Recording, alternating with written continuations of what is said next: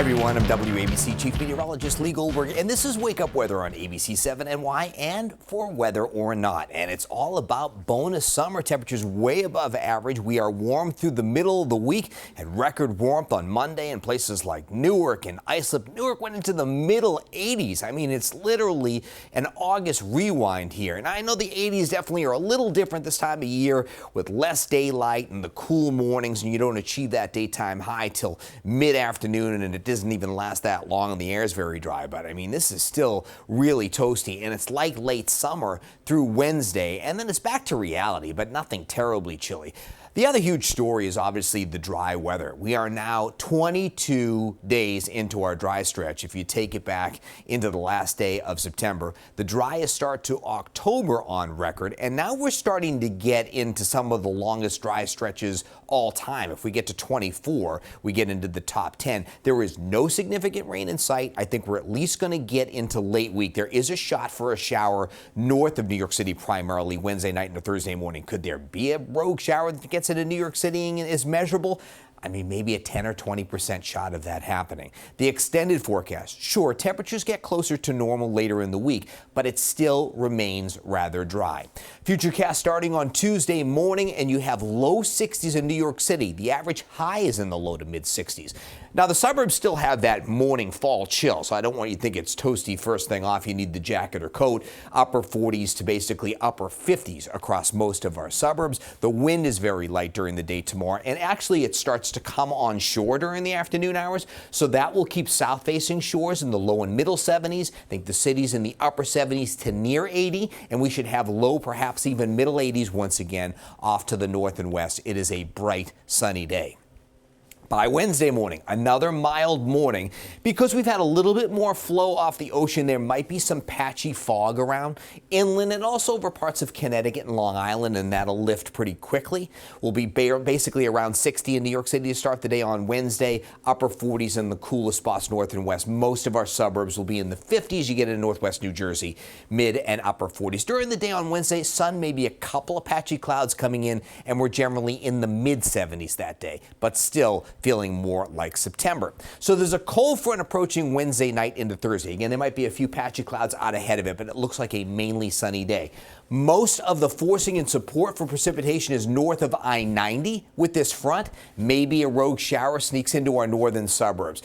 The front looks like it develops an area of low pressure offshore, and actually that is related to Oscar. It's a piece of that storm that likely rides up the front. So with high pressure moving in out of eastern Great Lakes and that front offshore, we will be windy on Thursday. So that plays a role in the Liberty's championship parade in the city. It'll be brisk and cooler in the 50s and probably a gusty wind out of the north-northeast. And we'll also have to see if some clouds are scraping at least the coastline during the day on Thursday. So that's definitely a different feel after the warm start to this week.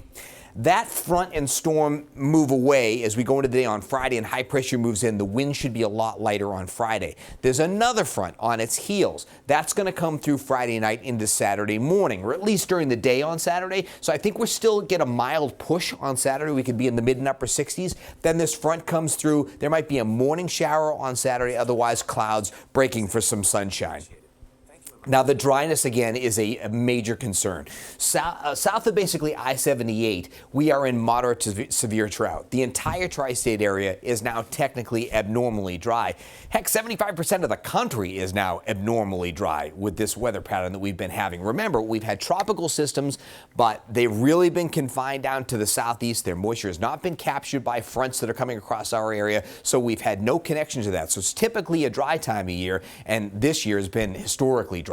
So the driest start to October on record should at least continue into Wednesday and probably for the remainder of the week. I mean, if we miss the shot for a shower on Saturday, I don't see anything significant until late the following week. I mean, is it actually conceivable we could get through the entire month without measurable rain in the park? It's not out of the question. We'll have to watch very closely. Here's where we are on the list of longest October dry stretches, now coming in at 22 days.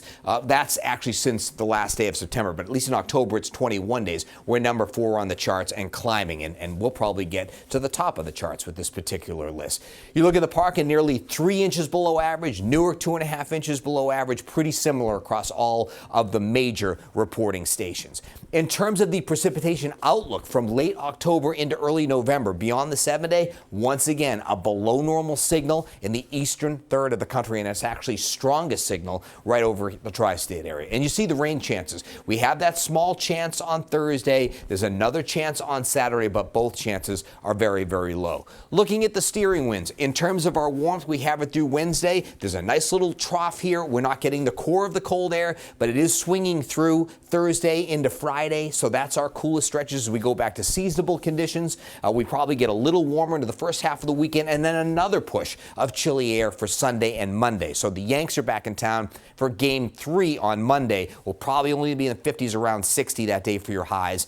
Probably a little breezy and in the 50s in the Bronx Monday evening, but it does look dry, by the way. After that, nice push of milder air. So for Game 4 and if Game 5, if necessary, that's going to be a milder stretch through the middle of next week. And again, look at the signal here, October 28th to November 3rd, beyond the 7-day, above normal temperatures for the eastern 2/3 of the country. And not just a weak signal, a strong signal for above normal temperatures. You can see our 10-day trend where we're still flirting with 80 as we go through Tuesday and mid-70s on Wednesday. We cool it back late week. We have a little spike Saturday, cool it down for Sunday and Monday, and look at that. We may not be done with 70s. Could we actually be in the low 70s for Halloween? Not out of the question. A look at the tropics. Pretty interesting weekend where, of course, Nadine was named Friday night into Saturday morning and made landfall in Belize. And then Oscar was unbelievable. It didn't look all that healthy. Then all of a sudden, it started getting more organized, ramped up into a hurricane quickly on Saturday, and we still have a tropical storm that's bringing over a foot of rain to eastern Cuba and tremendous flooding. So this is kind of stalled over that area, but starts to get on the move as we go into Tuesday through the southeast Bahamas. So we'll still have some flooding rains there, and then starts to move into the Atlantic. But there's a piece of this storm, now it'll be safely offshore, but it does go due north for a time and may link up with that front that's going through our area on Thursday. And that's why I think our breezes pick up. We may have some clouds along the coast, probably the surf kicked up too. I'm not anticipating any rain out of it, but it's something we'll have to watch closely as it interacts with that front as it comes northward. You can see it on this low-level spin on this particular computer model. So there's the spin right there over Cuba. Look how it goes north. It spins west of Bermuda. There's our front coming in, and look how it kind of links up with it. There's some type of interaction that goes on there before it goes offshore. After that, as we look through the tropics, our next concern probably somewhere in the Caribbean, Southwest Caribbean. We've heard that tune before, and that's around Halloween. Meanwhile, we've just got one front after another coming from the northwest, so we're pretty much protected from anything, so we'll have to see whether it's Caribbean or Gulf threat at that time. 62 degrees, very mild for October on your Tuesday morning. It's nice and clear. Once again, upper 40s to upper 50s in the suburbs. Through the day, a great day. Upper 70s to around 80 degrees and lots of sunshine and, of course, low humidity. We'll go for a high of 79. Mostly sunny and quite warm. Of course, low to mid 70s, south-facing shores.